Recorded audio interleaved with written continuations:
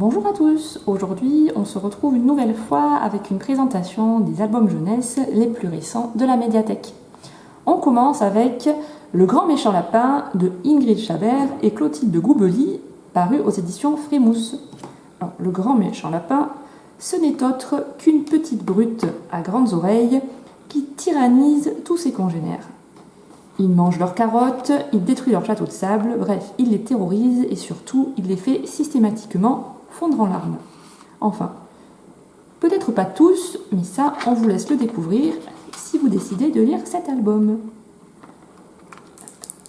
C'est un titre avec beaucoup d'humour, notamment grâce aux illustrations drôlissimes et aux personnages hyper expressifs de Clotilde Goubely, qui dénonce, mais en dédramatisant, les petits tyrans de bac à sable.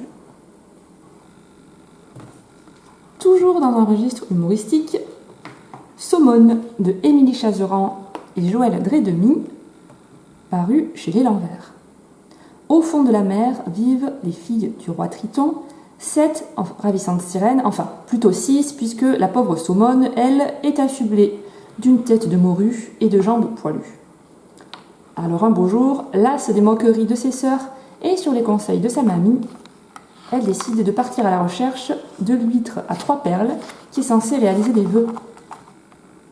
Le texte est péchu et extrêmement drôle, il est tout en rime, et l'illustration à l'aquarelle très colorée le sert à merveille. C'est un album qui aborde le thème de la différence, mais qui tord aussi le cou au cliché trop répandu de la quête de la beauté avec un grand B, et ça fait du bien. Donc on vous invite à découvrir ce titre, aussi atypique que son héroïne. Dans un registre très différent, Bleu de Britta Teckentrup, paru chez La Martinière Jeunesse. Bleu est un petit oiseau qui vit dans la forêt et qui a manifestement perdu sa joie de vivre puisqu'il est devenu incapable de chanter, de jouer ou encore de voler. Mais un jour, Jaune, un autre oiseau, arrive dans la forêt et va s'intéresser à Bleu, ce qui va petit à petit faire changer les choses. C'est un album sensible et poétique, aux illustrations pleines de douceur, et qui montre la puissance de la bienveillance et notamment sa capacité à éloigner la tristesse. Bref, une très jolie lecture que vous pouvez également découvrir à la médiathèque. Et enfin,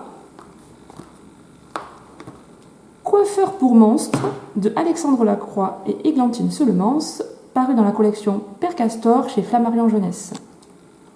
Dans Coiffeur de monstres, on fait la connaissance d'Oscar, un petit garçon en vacances chez sa grand-mère, et cette dernière, devant sa tignasse, l'envoie expressément se faire couper les cheveux.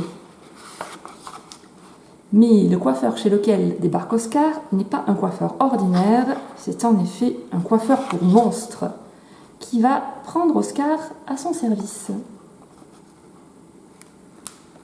On y retrouve les magnifiques illustrations fourmillantes de détails d'Églantine Seulemans. Et si vous aimez les monstres et les ambiances qui font gentiment peur, ce titre est pour vous.